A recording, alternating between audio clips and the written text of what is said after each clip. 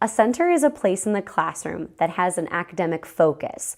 I have centers in my classroom that are based on math, reading, writing, STEM, which STEM stands for science, technology, engineering, and math, as well as fun centers like a block center or a home living center, a library center.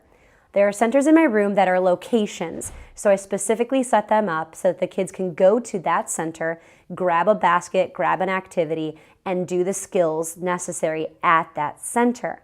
I also have mobile centers, and that would be something that is put into a basket or a bin, and the kids can move those centers around the classroom. Every once in a while, I'll take centers and put them on a tray, move them to my seating area, and have the kids focus on doing the centers as a whole group. Other times during the day, like Stop the World, I have my students pick a center and they focus on a center just for themselves.